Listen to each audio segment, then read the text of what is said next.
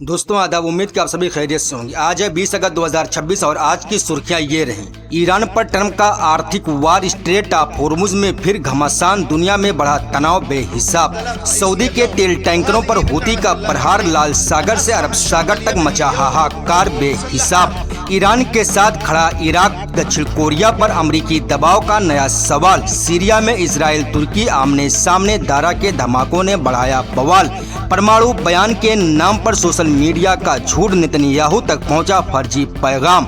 अब जंग सिर्फ मिसाइलों की नहीं, अर्थव्यवस्था, समुद्र, सियासत और खबरों पर भी छिड़ चुका है संग्राम। तो आखिर मिडिल ईस्ट कौन सी करवट ले रहा है, आइए जानते हैं इस खास रिपोर्ट में। मैं हूं रियाज अहमद और आप देख रहे हैं हमारा खास शो बातें दुनिया की। वीडियो में आगे बढ़ने से पहले मैं आपको बताना चाहूंगा कि मेरे 1000 से ज्यादा सब्सक्राइबर हो चुके। जिन लोगों ने चैनल को सब्सक्राइब किया उनका बहुत बहुत शुक्रिया। दोस्तों, सबसे पहले खबर उस बात की जिसने अमेरिका और ईरान के बीच तनाव को एक बार फिर खतरनाक मोड़ तक पहुंचा दिया है। अमेरिकी राष्ट्रपति यानी सदर डोनाल्ड ट्रंप ने ईरान के खिलाफ अब तक की सबसे बड़ी आर्थिक कार्रवाई का ऐलान कर दिया है। ट्रंप ने अपने social media platform truth social पर एक लंबी पोस्ट लिखकर कहा है कि अमेरिका अब ईरान पर ऐसा आर्थिक यानी माशी दबाव बनाएगा जैसा इससे पहले किसी दूसरे देश पर नहीं बनाया गया है। ट्रंप ने इस कार्रवाई को इकोनॉमिक डी डे का नाम दिया है, यानी जिस तरह जंग के मैदान में डी डे को एक बहुत बड़ी कार्रवाई के तौर पर देखा जाता है, उसी तरह ट्रंप अब आर्थिक मोर्चे पर ईरान के खिलाफ एक बड़े अभियान की बात कर रहे हैं। और यहाँ सबसे अहम बात यह है कि ट्रंप की धमकी सिर्फ ईरान तक सीमित नहीं है, उन्होंने दुनिया के दूसरे देशों को भी चेतावनी दी है। ट्रंप का कहना है कि जो भी देश ईरान को किसी भी तरह की मदद देगा उसे भी भयानक आर्थिक नतीजे भुगतने पड़ सकते हैं। यानी आसान जबान में समझें तो अमेरिका अब दुनिया के बाकी देशों से कह रहा है, ईरान के साथ खड़े मत होइए वरना अमेरिकी आर्थिक कार्रवाई का सामना आपको भी करना पड़ सकता है। ट्रंप ने अपने पोस्ट में ईरान की सैन्य और आर्थिक हालत को बेहद खराब बताया है। उन्होंने दावा किया कि ईरान की नौसेना लगभग खत्म हो चुकी है। उन्होंने कहा कि ईरान की वायुसेना को भारी नुकसान पहुंच चुका है। सैन्य कारखानों के बारे में ट्रंप ने कहा कि वे मलबे में बदल चुके हैं और ईरान की करेंसी को भी उन्होंने बेहद कमजोर बताया। ट्रंप का दावा है कि ईरान के पास पहले एक बड़ा मौका था। उनके मुताबिक अमेरिका ने ईरान को एक बड़ा समझौता करने का मौका दिया था, लेकिन ईरान ने उस मौके का फायदा नहीं उठाया। अब ट्रंप का कहना है कि अमेरिका उस पर पहले से कहीं ज्यादा आर्थिक दबाव डालेगा। परमाणु हथियार पर भी ट्रंप का सख्त संदेश इस पूरे बयान में एक लाइन सबसे ज्यादा अहम है। ट्रंप ने कहा, ईरान के पास कभी भी परमाणु हथियार नहीं होगा, यानी अमेरिका की तरफ से ईरान के परमाणु कार्यक्रम को लेकर पुरानी सख्ती एक बार फिर सामने आ गई। ये मामला इसलिए भी गंभीर है क्योंकि जून में हुआ दोनों देशों का युद्ध विराम यानी जंग बंदी अब अपनी 60 दिन की अवधि पूरी कर चुका है। जंग बंदी खत्म होने के बाद भी दोनों देशों के बीच तनाव कम नहीं हुआ। खासकर स्ट्रेट ऑफ होर्मुज सबसे बड़ा विवाद बना हुआ है। स्ट्रेट ऑफ होर्मुज दुनिया के सबसे अहम समुद्री रास्तों में से एक है और यहाँ किसी भी तरह का बड़ा तनाव दुनिया के तेल बाजार पर सीधा असर डाल सकता है। उधर ईरानी मीडिया ने ट्रंप की धमकियों को बहुत बड़े शब्दों वाला बयान बताया है। ईरानी पक्ष की तरफ से इसे अमेरिका के पुराने अधिकतम दबाव अभियान का एक रूप बताया जा रहा है, यानी अमेरिका कह रहा है कि वो आर्थिक दबाव बढ़ाएगा, जबकि ईरान का संदेश यानी पैगाम है कि अमेरिका का ये दबाव पहले भी नाकाम हो चुका है।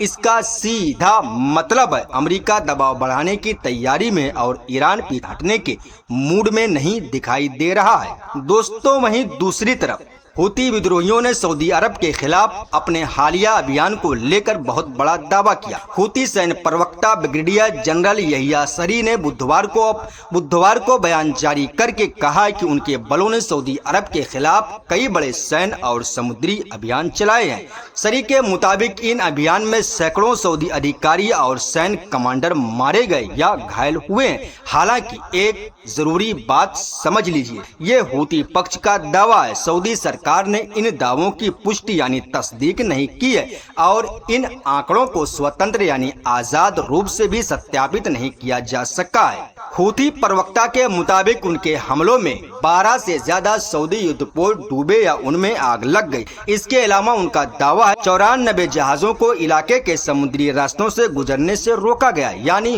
हूथी अपने अभियान को सिर्फ जमीन पर होने वाली लड़ाई नहीं बता रहे, बल्कि समुद्री रास्तों को भी निशाना बनाने की बात कर रहे हैं, क्योंकि लाल सागर, अदन की खाड़ी और अरब सागर के रास्ते दुनिया के व्यापार और तेल की सप्लाई के लिए बेहद अहम है।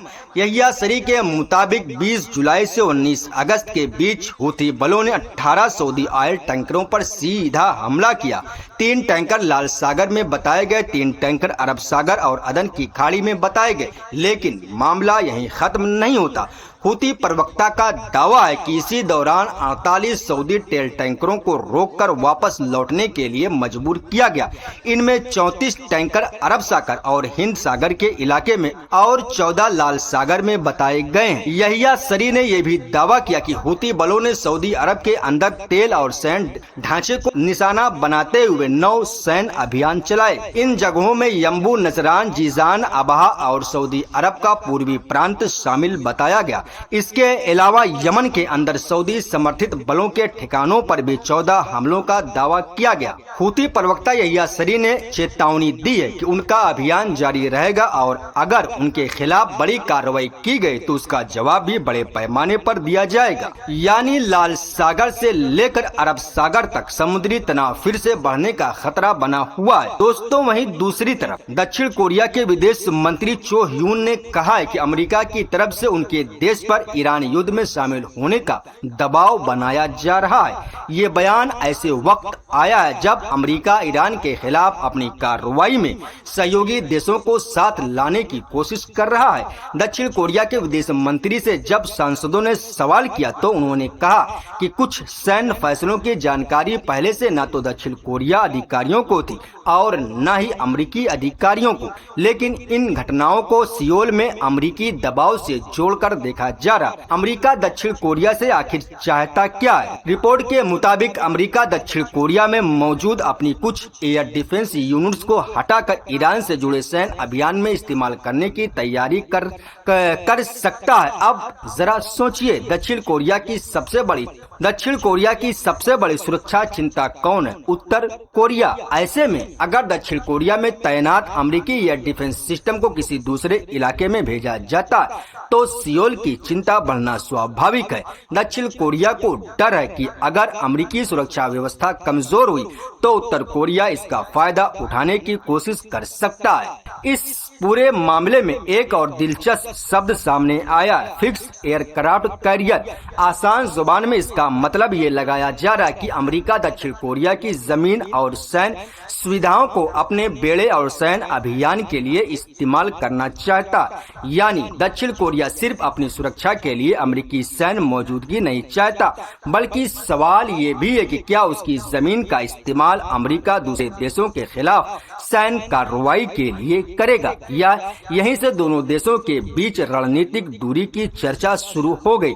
दक्षिण कोरिया एक तरफ अमेरिका का अहम सहयोगी है, लेकिन दूसरी तरफ उसके सामने अपनी सुरक्षा का सवाल भी है।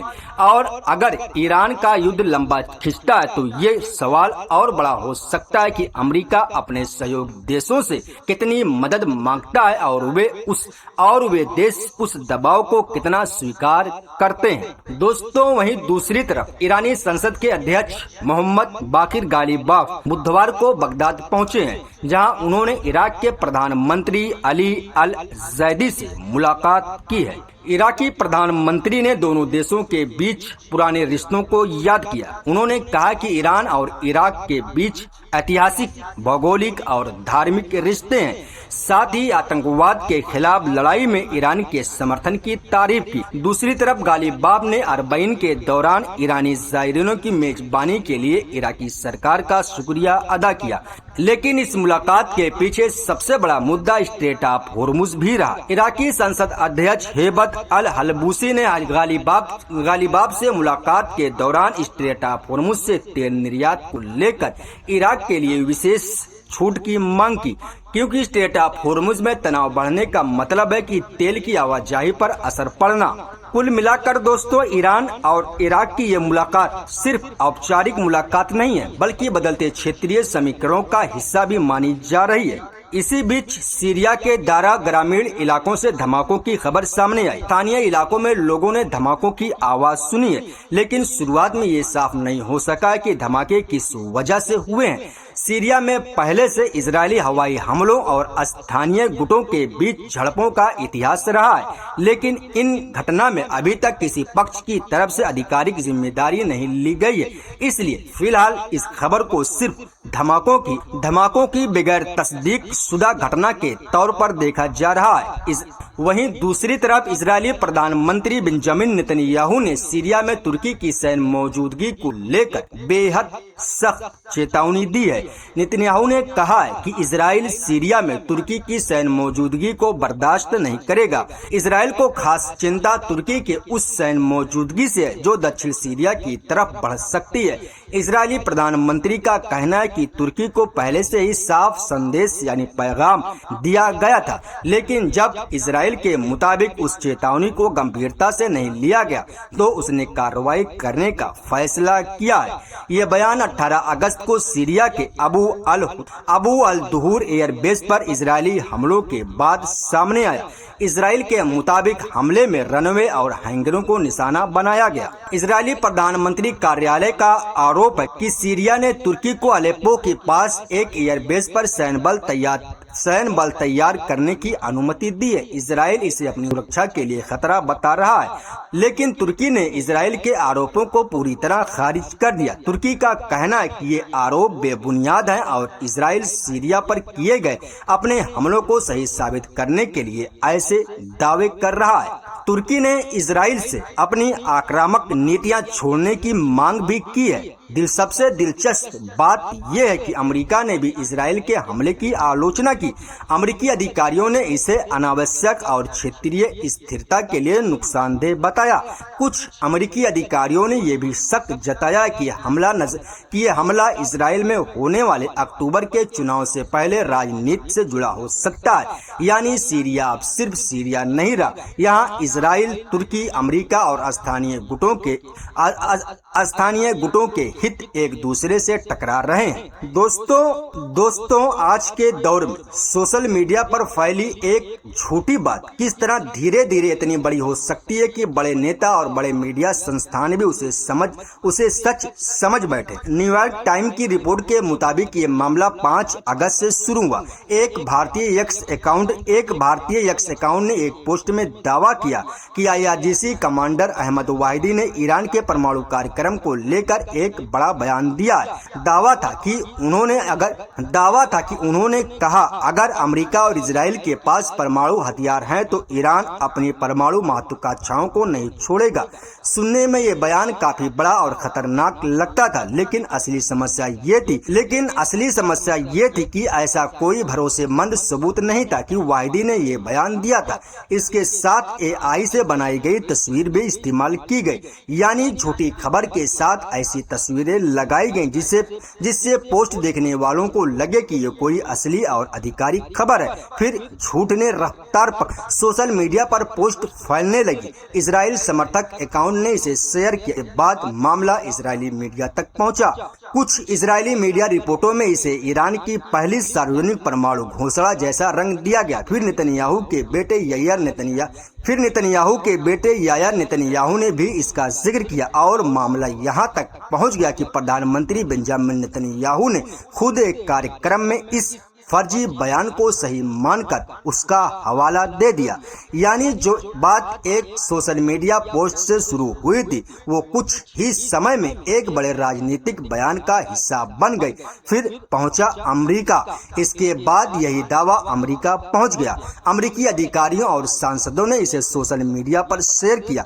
फॉक्स न्यूज पर भी इस दावे पर चर्चा हुई, लेकिन बाद में जब इसकी असलियत सामने आने लगी तो तस्वीर बदल गई। एक पोस्ट हटा दी गई और फॉक्स न्यूज की तरफ से भी इसे गलत और अप्रमाणित बताया गया। न्यूयॉर्क टाइम ने इस पूरे घटना को नैरेटिव लॉन्ड्रिंग कहा। आसान जुबान में इसका मतलब है पहले एक झूठी बात पैदा करो, फिर उसे सोशल मीडिया अकाउंट से फैलाओ, फिर कोई बड़ा अकाउंट उसे शेयर करे, फिर मीडिया उस बात को उठाए, फिर कोई नेता उसका जिक्र कर दे और आखिर में वही झूठी बात ऐसी दिखने लगे जैसे कोई वो आधिकारिक और सच्ची जानकारी हो। दोस्तों अगर ईरान के बारे में ये माहौल बनाया जाए कि वो खुले तौर पर परमाणु हथियार बनाने की घोषणा कर रहा है तो जाहिर है कि इससे उसके खिलाफ सैन्य और रणनीतिक दबाव बढ़ाने वालों को फायदा हो सकता है। लेकिन यहाँ सबसे जरूरी बात यही है, किसी भी युद्ध या अंतर्राष्ट्रीय संकट में सोशल मीडिया की एक पोस्ट को सबूत मान लेना बेहद खतरनाक हो सकता है। दोस्तों अभी के लिए बस इतना ही, मिलते हैं अगली वीडियो, तो अपना ख्याल रखिएगा। अल्लाह हाफिज।